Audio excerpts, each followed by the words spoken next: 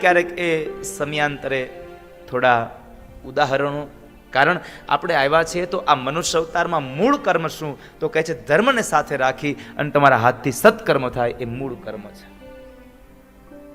તમારા હાથથી કોઈ સત્કર્મ થાય.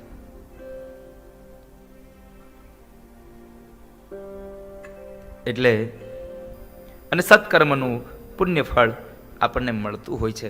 એટલે એવી આ ગંગા અવતરણની કથામાં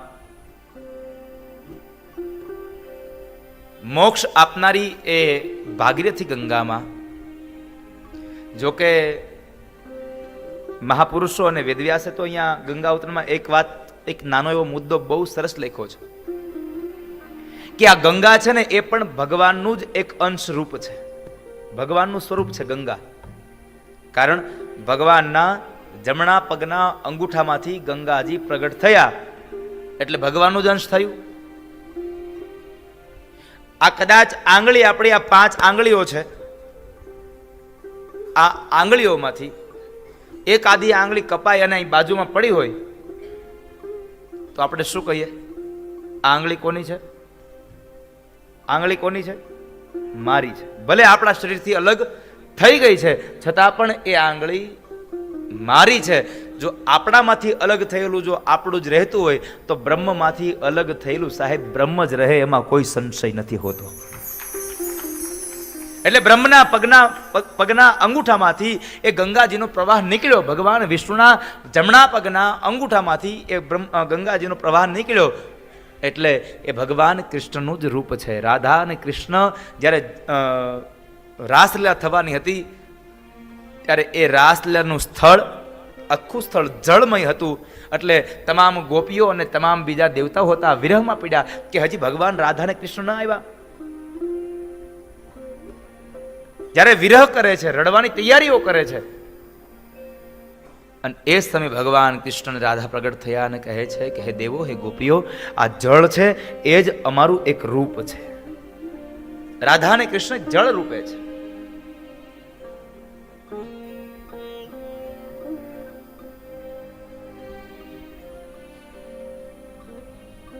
એટલે આ દુનિયામાં જેટલા પણ જીવાત્માઓ છે,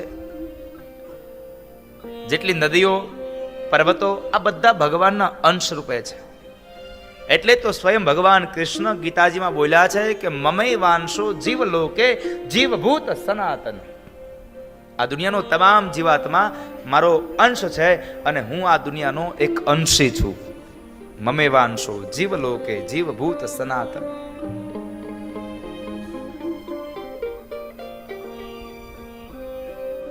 મહારાજ, ગંગા અવતરણની કથા પણ તમે મને આગળના એ સમયમાં બતાવી હતી, પણ હવે જન્મેન્જય પ્રશ્ન કરે ભગવાન બાદરાયણને, બાપજી, હે પ્રભુ, મને એક વાતનો જવાબ આપો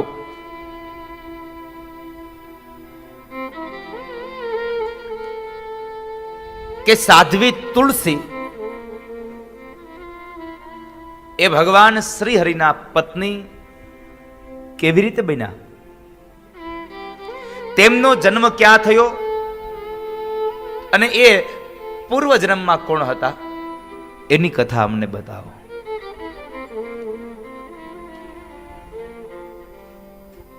અને એ સમયે એ કથાના પ્રવાહની અંદર પ્રશ્નનો પ્રત્યુત્તર આપતા સુત મહાપુરાણી, વેદવ્યાસ ભગવાન એના શ્રોતાઓને જવાબ આપતા કહે છે કે દક્ષ સાવરણી નામના એક વિખ્યાત અને પુણ્યાત્મા મનુ થયા. બ્રહ્મ સાવરણી નામના પુત્ર ધર્મ સાવરણી નામથી પ્રસિદ્ધ થયા અને ધર્મ સાવરણીના ઇન્દ્રિય નિગ્રહ અને પરમ ભક્ત રુદ્ર સાવરણી પુત્ર રૂપે પ્રગટ થયા.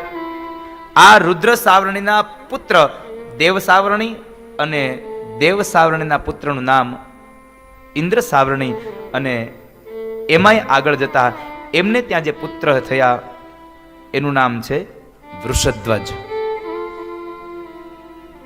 વૃષધ્વજ નામના એ દીકરા, એને ભગવાન શંકરમાં અતૂટ શ્રદ્ધા, બહુ વિશ્વાસ, બહુ ભરોસો.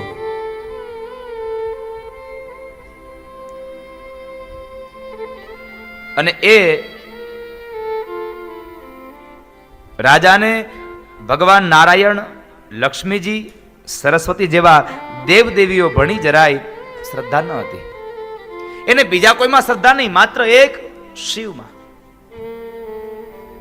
જો કે ભગવાન વિષ્ણુ તો એમ કહે છે કે બ્રહ્મા, વિષ્ણુ અને મહેશ, આ ત્રણ દેવોમાં ભેદ જોનારો માણસ આ દુનિયાનો સૌથી વધારેમાં વધારે અબુદ્ધ માણસ છે, જે અમારામાં ભેદ જુએ છે. અમારા ક્રિયાને માટે થઈ અમારા સ્વરૂપ અલગ થયા છે, બાકી અમારી શક્તિ તો એક જ છે. અમે તો એક જ છીએ, માત્ર અમારા શરીર અલગ થયા છે.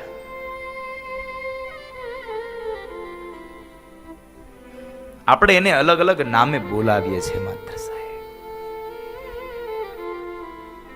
તમે જુઓ, વિષ્ણુ સહસ્ત્ર નામાવલી લ્યો, ચાહે શિવ સહસ્ત્ર નામાવલી લ્યો, કોઈ પણ માતાજીના કે કોઈ પણ ભગવાનના તમે સહસ્ત્ર નામો જુઓ, કેટલા અલગ અલગ નામો હોય છે.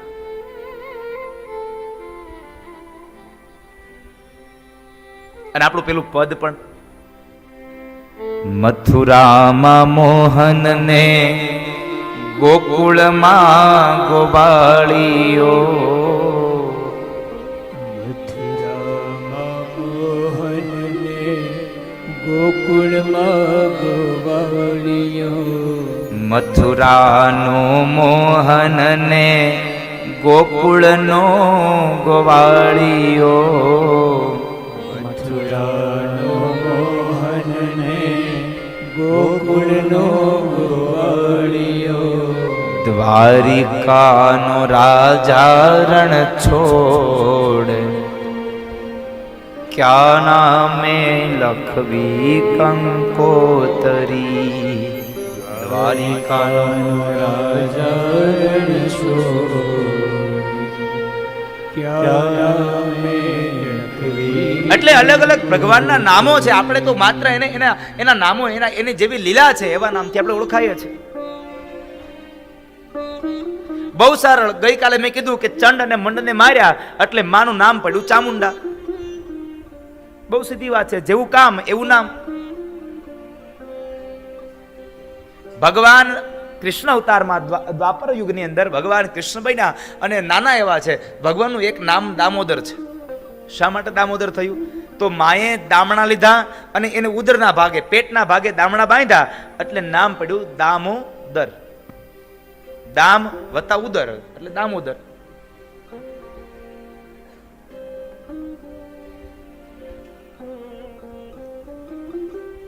એટલે અનેક નામોથી ભગવાનની એ શક્તિઓ ઓળખાય છે. પણ આપણને જેમાં શ્રદ્ધા હોય એમાં શ્રદ્ધા રાખવી.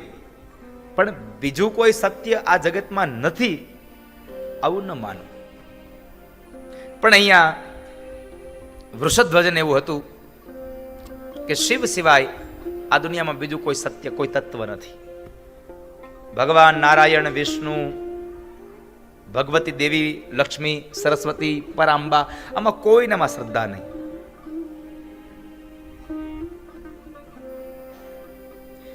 આ રાજાને ભગવાન શિવની અંદર અતૂટ શ્રદ્ધાથી એમણે ભગવાન વિષ્ણુની મજાક કરવાનું એક વખત એને મન થયું. એને બહુ ગમે અને તેને માત્ર ને માત્ર ભગવાન શિવમાં ઊંડી શ્રદ્ધા. એટલે રાજા વૃષધ્વજના આવા વલણના લીધે ભગવાન સૂર્યનારાયણે એક દિવસ એને શ્રાપ આપી દીધો કે જા, તું તારી સંપદાથી, તારી લક્ષ્મીથી વિહોણો બનીશ. ભગવાન સૂર્યએ એને શ્રાપ આપ્યો, કારણ કે એ દેવતાઓની મશ્કરી કરતો હતો. સૂર્યએ શ્રાપ આપ્યો, એથી પોતાના પરમ ભક્ત ઉપર કષ્ટ આવ્યું. એટલે ભગવાન શિવ દેવતાઓ પર ક્રોધે ભરાણા છે. કે સૂર્યથી મારા ભક્તને આમ શ્રાપ દેવાય જ કેમ?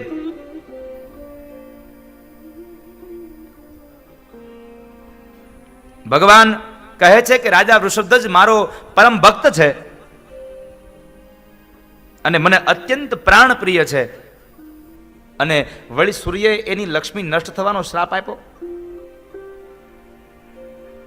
લક્ષ્મી વગર આ દુનિયામાં જીવન કેમ જીવાય? પૈસા વગર કેમ જીવન જીવવું? પૈસા વગરનું જીવન નકામું છે.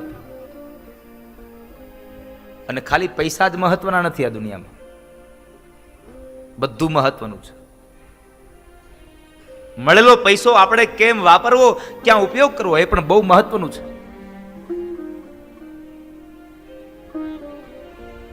એટલે માત્ર લક્ષ્મી જ સંપદા જ એ માત્ર આપણા માટે બધું નથી. એ તો અમુક લોકો કહેતા હોય કે પૈસો મારો પરમેશ્વર ને હું પૈસાનો દાસ.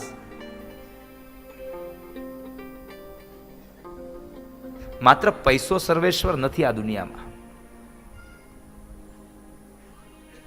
એટલે અહીંયા ભગવાન શિવ કહે છે કે આ દુનિયામાં લક્ષ્મી વગરનું જીવન નકામું છે. તો હવે અમારો ભક્ત શું કરે?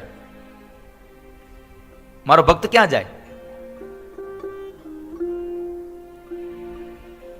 કંઈક કરો એના માટે. એનામાં આગળ વિચારવાનું કઈ સહેજે કોઈ શક્તિ, કોઈ બળ નથી. કંઈક કરો. ત્યારે ભગવાન વિષ્ણુએ એમને પરત જવાનું કહ્યું, કારણ કે વૃષધ્વજ કાળનો કોળિયો બની ગયો છે. એટલું જ નહીં, વૃષધ્વજનો પુત્ર રથધ્વજ અને એના બે પુત્રો ધર્મધ્વજ અને કુશધ્વજ પણ સૂર્યના શાપથી એની આ અસરમાં આવ્યા છે.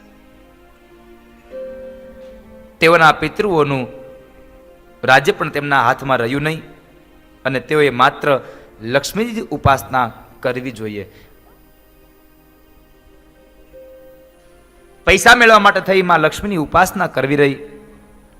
સમય જતા એમનામાં પત્નીના ઉદરમાંથી ભગવતી લક્ષ્મીજી પોતાના કલાના એક ભાગ રૂપે પ્રગટ થશે, અને બંને રાજાઓ ફરી પાછા સંપન્નવાન બનશે.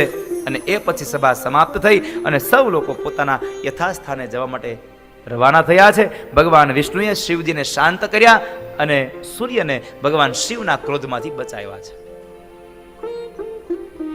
ભગવાન નારાયણે એ પછી જણાવ્યું કે ધર્મધ્વજ અને કુશધ્વજ બંનેએ લક્ષ્મી દેવીની ખૂબ આકરી તપશ્ચર્યા કરી છે. આપણે તમે જુઓ, લક્ષ્મી માટે તો આમ કેટલી પૂજા કરીએ, પૈસા મેળવવા માટે બધી લક્ષ્મીની પૂજા કર્યા કરીએ. પણ તમને આ બધાને એક સરળ રસ્તો બતાવું. તમારે જો લક્ષ્મીજી તમારા ઘરમાં જોતા હોય ને, તો તમારે વિષ્ણુની પૂજા કરવી, ભગવાન નારાયણની પૂજા કરવી. કારણ લક્ષ્મી એ વિષ્ણુ પદગામિની છે, ભગવાનના પગમાં રહેવાવાળી છે. જો તમારા ઘરની અંદર ભગવાન વિષ્ણુ હશે તો તમારે લક્ષ્મીને નહીં બોલાવી પડે, એની ખાતરી સાથે કહું. કારણ કે જ્યાં વિષ્ણુ ત્યાં લક્ષ્મી. એટલે તમારે ભગવાન નારાયણની પણ ઉપાસના કરવી. અને એ સમયે આકરી તપસ્યા કરી અને લક્ષ્મીજીને રાજી કર્યા અને એમના મનોરથ સંપન્ન થયા. કુશધ્વજની પત્નીનું નામ છે માલાવતી, અને એણે એક સરસ કન્યાને જન્મ આપ્યો જે લક્ષ્મીજીના એક અંશ સમાન હતી. એ કન્યાએ જન્મતાની સાથે જ ચોખ્ખા સ્વરમાં વેદ મંત્રનો ઉચ્ચાર કર્યો, અને એથી એનું નામ વેદવતી પાડવામાં આવ્યું છે. એનું નામ વેદવતી છે. ત્યારબાદ એ કન્યાએ સ્નાન કર્યું અને તપ કરવા માટે પુષ્કર ક્ષેત્રમાં ચાલ્યા જાય છે. તીર્થ ક્ષેત્રમાં જઈ અને એ તપ કરે છે. તેણે એક મન્વંતર જેટલા સમય સુધી પુષ્કરમાં એણે યજન કર્યું છે. ત્યારે આકાશવાણી થઈ કે સુંદરી, બીજા જન્મે શ્રી હરિ તારા પતિ થશે. આવી આકાશવાણી સાંભળી અને એ યુવતી ગંધમાદન પર્વત ઉપર આવી અને અગાઉ કરતા પણ અત્યંત કઠોર એવું તપ કરવા લાગી. અને એક દિવસે એની સામે રાવણ આવીને ઉભો રહ્યો છે. એની સામે રાવણ આવીને ઉભો રહ્યો અને પૂછવા લાગ્યો કે હે કલ્યાણી, તું કોણ છો, ક્યાંથી આવી છો, અને તું અહીંયા આ ગંધમાદન પર્વતમાં રોકાઈને શું કરે છે? રાવણે પ્રશ્ન કર્યો. એ જવાબ આપે એ જ પહેલા વેદવતીનું રૂપ જોઈ અને રાવણ એમાં મોહિત થયો છે. રાવણ મોહિત થયો. રાવણનો ઈરાદો આ દેવી સ્ત્રી એ વેદવતીને ખ્યાલ આવી ગયો અને એમણે પોતાના તપોબળને લઈ અને રાવણને પથ્થર સમાન બનાવી દીધો. કેટલી તાકાત હતી એ તપમાં. તપની અંદર બહુ તાકાત છે સાહેબ. આગળના સમયમાં શ્રીમદ ભાગવતની કથા છે. અત્રિ અને અનસુયાના લગ્ન થાય અને અત્રિ અને અનસુયા માતાજી પોતાના પતિવ્રતાનું પાલન કરે છે. એટલે એને લઈ અને લક્ષ્મી, ભવાની અને સાવિત્રી આ ત્રણેયને ઈર્ષા થઈ. એટલે ત્રણેયના પતિદેવને એણે અનસુયાનું આ વ્રત તોડવા માટે મોકલ્યા. હવે આ બ્રહ્મના માલિક, બ્રહ્મલોકના માલિક છે, બ્રહ્માંડના અધિપતિ, અને છતાંય જ્યારે માં અનસુયા પાસે આવીને ભિક્ષાવૃત્તિ કરી ત્યારે એ ભિક્ષાવૃત્તિમાં નિર્વસ્ત્ર થઈને ભિક્ષા આપો એવી વાત કરી ત્યારે માતાજી ઓળખી ગયા કે આ કોઈ સામાન્ય નહીં હોય. પણ કઈ વાંધો નહીં, પણ પાણીની અંજલિ ભરી અને ભગવાન સૂર્યનારાયણને સાક્ષી રાખીને કીધું કે હે ભગવાન ભુવન ભાસ્કર, મન વચન કર્મથી મેં મારા પતિની સેવા કરી હોય અને સ્વપ્નમાં પણ કોઈ પરપુરુષને મારા મનની અંદર જો અધિકાર ન આપ્યો હોય તો મારા આંગણે આવેલા ત્રણેય ભિક્ષુકો 6 મહિનાના બાળક બને. અનસુયાએ પાણી છાંટ્યું ને તો બ્રહ્મા, વિષ્ણુ ને મહેશ ત્રણેય 6 મહિનાના બાળક બની ગયા હતા. આટલી તાકાત તપશ્ચર્યામાં હોય છે, આટલી તાકાત તપમાં હોય છે.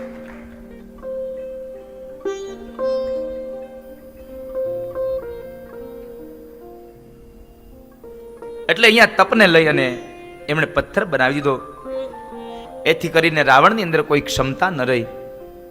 ત્યારબાદ એણે વેદવતીની માનસિક રીતે સ્તુતિ કરી અને શક્તિને કરેલી ઉપાસના કદી વ્યર્થ જતી નથી.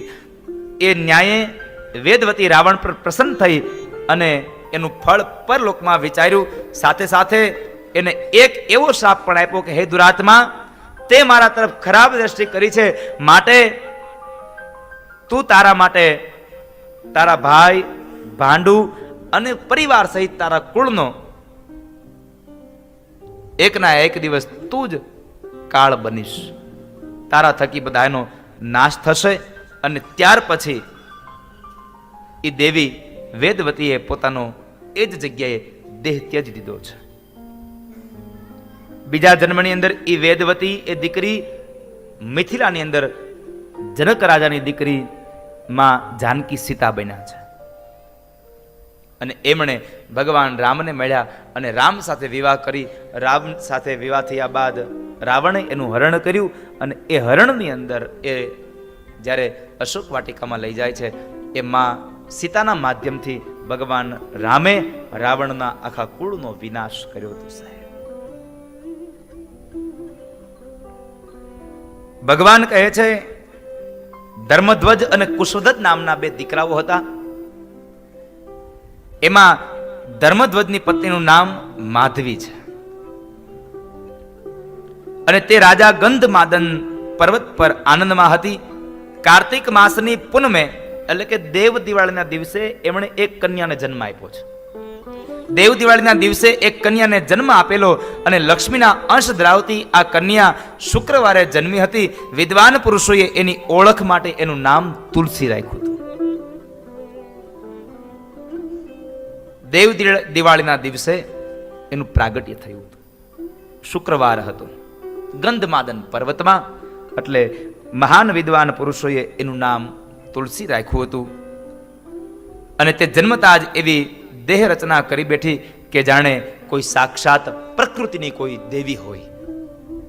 તે સમયે તેને અનેક લોકોએ અટકાવી, પણ તે બદ્રિકા વનમાં જઈ અને તપ કરવા ગઈ. ત્યાં એણે એક કઠોર તપ કર્યું અને તેથી બ્રહ્માજી તેના પર પ્રસન્ન થયા અને બ્રહ્માને ત્યાં આવવું પડ્યું. અને તેઓ બોલ્યા કે બોલ તુલસી, તારી શું ઈચ્છા છે? તારી જે કોઈ ઈચ્છા હોય એ વરદાન માગી લે, હું તને વરદાન આપવા તૈયાર છું. તુલસી બોલી કે પિતામહ, પૂર્વ જન્મમાં ગોલોકમાં રહેલી તુલસી નામ એક ગોપી હતી. ભગવાન શ્રી કૃષ્ણની પ્રેમિકા પ્રિયા બધું જ બનવાનો મને અવસર મળ્યો છે. એક દિવસ રાસના અધિષ્ઠાત્રી ભગવતી રાધાએ રાસ મંડળમાં આવી અને મને શાપ આપી દીધો કે તું મનુષ્ય યોનિમાં જઈ અને જન્મ લે. ત્યારે સુંદર અને શાંત સ્વરૂપ ભગવાન નારાયણ મારા પતિ હતા. તેમને હું પતિ રૂપે પ્રાપ્ત કરવા ઈચ્છતી હતી, આપ આ મારી ઈચ્છાને હવે સંપન્ન કરો. ગયા લોકમાં ગયા ભવમાં જે મારી ઈચ્છા હતી એ આ ભવમાં મારી ઈચ્છા પૂરી થાય એના માટે તમે મને વરદાન આપો કે મને મારા પતિ ઈશ્વર શ્રી હરિ મળે. અને બધાની ઈચ્છા હોય સારો પતિ મળે, સારી પત્ની મળે, પણ એક વાત નિશ્ચિત છે કે વિધાતાએ જે લેખ લેખા હશે એવું જ પાત્ર મળશે. આ દુનિયામાં તો બધા માત્ર એક નિમિત્ત બન્યા હશે, મા બાપ, વડીલો, આ બધા નિમિત્ત હશે. બાકી તો પરમાત્માએ જે કાંઈ લખ્યું છે એ પ્રમાણે જ મળવાનું, એમાં કોઈ સંશય નથી. એટલે આપણે લગ્નમાં ગોર મહારાજ લગ્ન પત્રિકા વાંચે. કેટલા બહેનોએ આ લગ્ન પત્રિકા સાંભળી છે? સાચું કેજો. આપણે નકરી વાતો જ કરી હોય અને કાં ગોર મહારાજ બરાબર આમ લગ્ન પત્રિકા વાંચતા હોય ને તો એ હસ્તમેળાપ થયો હોય એટલે ઓલા પા ફોટા પડાવતા હોય આમ, એટલે આપણું ધ્યાન એમાં ન હોય. લગ્ન પત્રિકાનો બીજો શ્લોક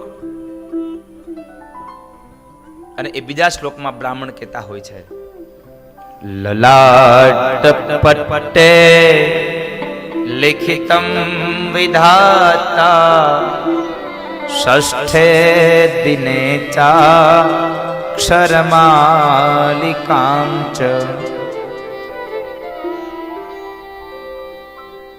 છઠ્ઠા દિવસે વિધાતાએ જે લેખ લેખાતા ને એ પ્રમાણે આજે અહીંયા બન્યું છે. આજ એ જ પ્રમાણે એક કન્યાને એક પુરુષ મળ્યો અને એક પુરુષને એક કન્યા મળી છે. લલાટ પટ્ટે લિખિતમ વિધાતા ષષ્ઠે દિને ચાક્ષર માલિકા. છઠ્ઠા દિવસના લેખ પ્રમાણે આજનું આ લેખન બન્યું. પણ અહીંયા આ સ્ત્રીએ માગ્યું મારી ઈચ્છા પૂરી થાય આવી કૃપા કરો. બ્રહ્માજી બોલ્યા કે ભગવાન શ્રી કૃષ્ણના અંશથી પ્રગટ થયેલા સુદામા ગોપ પણ રાધિકાના શાપથી ભરતખંડમાં અવતર્યા છે અને શાપવશ તે ધનુકુળમાં શંખચૂડ બન્યા છે. આ જન્મમાં તે કૃષ્ણનો અંશ સુદામા તારો સ્વામી થશે.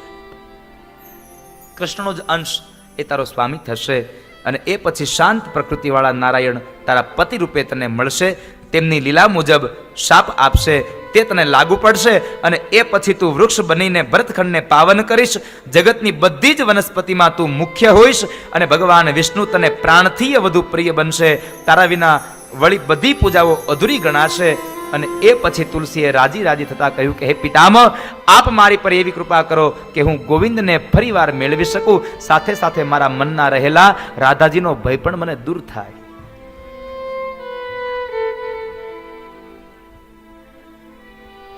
બ્રહ્મા બોલ્યા કે હે દેવી, હું તને ભગવતી રાધાના ષોડશાક્ષર મંત્રનો ઉપદેશ આપું છું. એ મંત્રને તું હૈયામાં ધર. મારા આ વરદાનના પ્રભાવથી રાધાના હૈયામાં પ્રાણપ્રિય બનીશ. અને એ પછી તુલસીજીએ બ્રહ્માજીના મંત્રનું પાલન કર્યું અને સૂચના આપ્યા મુજબ આ સગળું બધું થવા લાગ્યું છે. એક સમયે વૃષધ્વજની કન્યા તુલસીએ સ્વપ્નમાં એક સુંદર વેશધારી યુવાનને જોયો અને સ્વપ્નમાં જ એની સાથે હાસ્ય વિનોદ થયો અને એ સ્વપ્ન દૂર થતા તુલસી વિષાદમાં પડી છે, વિલાપ કરવા લાગી. અને ત્યારે મહાન યોગી શંખચૂડ બદ્રીવનમાં આવ્યો અને તેને જગીશ્વય મુનિના કૃપાથી ભગવાન શ્રી કૃષ્ણનો સુંદર મંત્ર મળ્યો હતો અને તેઓએ પુષ્કરમાં આ મંત્ર સિદ્ધ કર્યો હતો. તુલસીની નજરમાં આવેલો આ દિવ્ય પુરુષ અને તુલસીની નજર આ પુરુષ પર પડી છે. ત્યારે તુલસીએ સ્ત્રી સ્વભાવે કપડાથી પોતાનું મોં ઢાંકી દીધું અને તુલસી ઉત્તમ આચરણની સાથે સુંદર અંગો ધરાવતી એ શંખચૂડ એની પાસે આવીને બેસી ગયો. મોં મલકાવી અને પ્રશ્ન કર્યો કે દેવી, તમે કોણ છો? અહીંયા શા માટે બેઠા છો? તમારા પિતા કોણ છે? આ સઘળો પરિચય મને આપો. અને ત્યારે દેવી એના પરિચય આપવાની અંદર તુલસીએ શંખચૂડને કહ્યું કે અજાણ્યા મહાશય, હું ધર્મધ્વજ રાજાની એક દીકરી કન્યા છું. તપસ્યાના ઈરાદાથી હું આ વનમાં આવી છું. મેં મારો પરિચય આપ્યો, હવે તમે તમારો પરિચય મને આપો. આપ કોણ છો? તમારો પરિચય મને આપો. અને એ સમયે શંખચૂડ સંભળાવે કે દેવી, આપે સર્વથા યોગ્ય કહ્યું છે કે પરંતુ અત્યારે તો બ્રહ્માની આજ્ઞાથી આપનું કાર્ય પાર પાડવા માટે હું આવ્યો છું. તમે જે મને વાત તમારે પરિચય આપ્યો, પણ અત્યારે હું જે આવ્યો છું એ બ્રહ્માના આદેશથી હું માત્ર ને માત્ર બ્રહ્માનો જે ઈરાદો છે, તમારી જે ઈચ્છા છે એ ઈચ્છાને સંપન્ન કરવા માટે આવ્યો છું. ગાંધર્વ વિવાહથી તમને મારા સહપત્ની બનાવવા માટે હું અહીંયા આવ્યો છું. તમારું મન મારામાં લાગ્યું છે, વાત સાચી છે, પણ બ્રહ્માના આદેશથી હું તમારી ઈચ્છા સંપન્ન કરવા માટે આવ્યો છું. દેવી, પૂર્વ જન્મમાં શ્રી હરિ પાસે રહેનારો હું ગોપ સુદામા હતો. સુદામા નામનો હું ગોવાળિયો હતો. શ્રી હરિનો અંશ છું અને દેવી રાધાના શાપથી હું આ ધરતી પર આવ્યો છું. અને તમે પણ રાધાના શાપથી જ આ ધરતી પર આવ્યા છો. ભગવાન કૃષ્ણ મારા ઈષ્ટદેવ છે. તેમની કૃપાથી મને પૂર્વજન્મની વાતો યાદ છે.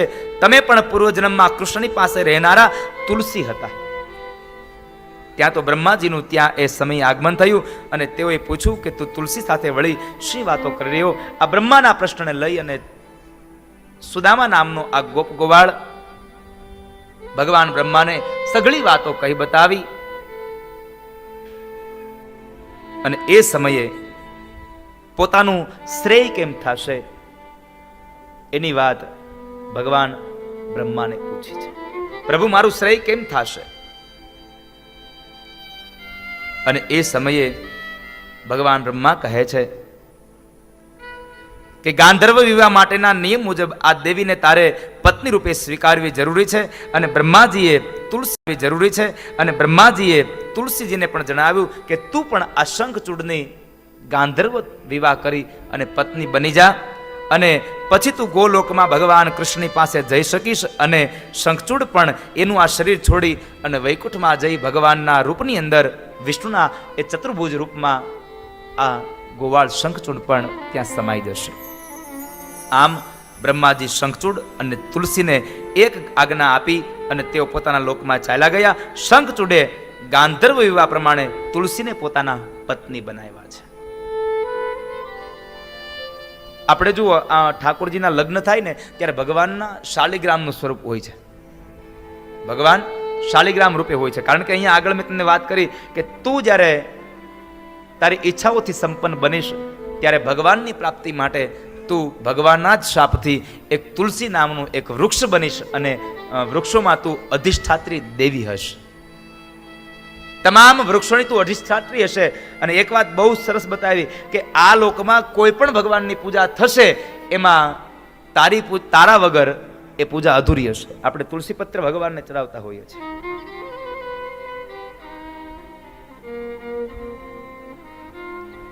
તારા વગરની એ પૂજાઓ અધૂરી હશે. એટલે અહીંયા તુલસી અને શંખચૂડના એ ગાંધર્વ વિવાહ થયા છે. એ ગાંધર્વ વિવાહની કથાઓમાં આગળ શંખચૂડ ભગવાન શિવના હાથે હણાય છે. સતી તુલસીનું, સતી વૃંદાનું એ ચારિત્રહીન થાય છે. ભગવાન વિષ્ણુએ કપટ કર્યું છે. આ બહુ કથાઓ દિવ્ય છે. પણ ગાંધર્વ વિવાહની કથા છે. બાકીની કથા મારે તમને આગળ વિસ્તારથી કહેવી છે. પણ હવે મને લાગે છે કે જાનની તરફ જવું જોઈએ. તમને લોકોને ગીત ગવડાવું પહેલા. કેટલાને જાન લગ્નમાં આવું છે? જાન તૈયાર છે કે હે શાસ્ત્રીજી? જાન તૈયાર છે? વાહ, ટાઈમ ટુ ટાઈમ આવી ગયા. લ્યો, હજી આવ્યા નથી, આવશે. કીધું ન થાય. એટલે ભગવાનના જે લગ્ન થયા, ભગવાનના અંશરૂપ એ શંખચૂડ અને સતીવૃંદા તુલસીના એ લગ્નની કથા આગળ હું તમને ભગવાન શિવ અને શંખચૂડના યુદ્ધની પણ કથા કહું. અને તુલસીનું વ્રત ભંગ થયું અને અંતે ગૌલોકની પ્રાપ્તિ કરે છે. એ કથા હું તમને વિસ્તારથી કહું. પણ આવો હવે થોડીક વાર લગ્નમાં જઈ આવીએ. લગ્નની વિધિ પતી જાય પછી તમને શંખચૂડના વધની કથા, તુલસી ગૌલોકની પ્રાપ્તિ કરે, ભગવાનનું શરણ પામે, એની કથા કરીશું અને પછી આપણે કથાને વિરામ આપીશું. પણ આવો હવે થોડી વાર લગ્નમાં પ્રવેશ કરીએ. થોડાક મંગળ ગીતો ગાઈએ અને એ મંગળ ગીતોમાં તમે બધા થોડો થોડો સૂર પૂરજો, કારણ કે અહીંયા તો લગભગ તમારે ગીત ગાવા જવાનું હોય કે નહીં ખબર નહીં મને. અહીંયા તો બધા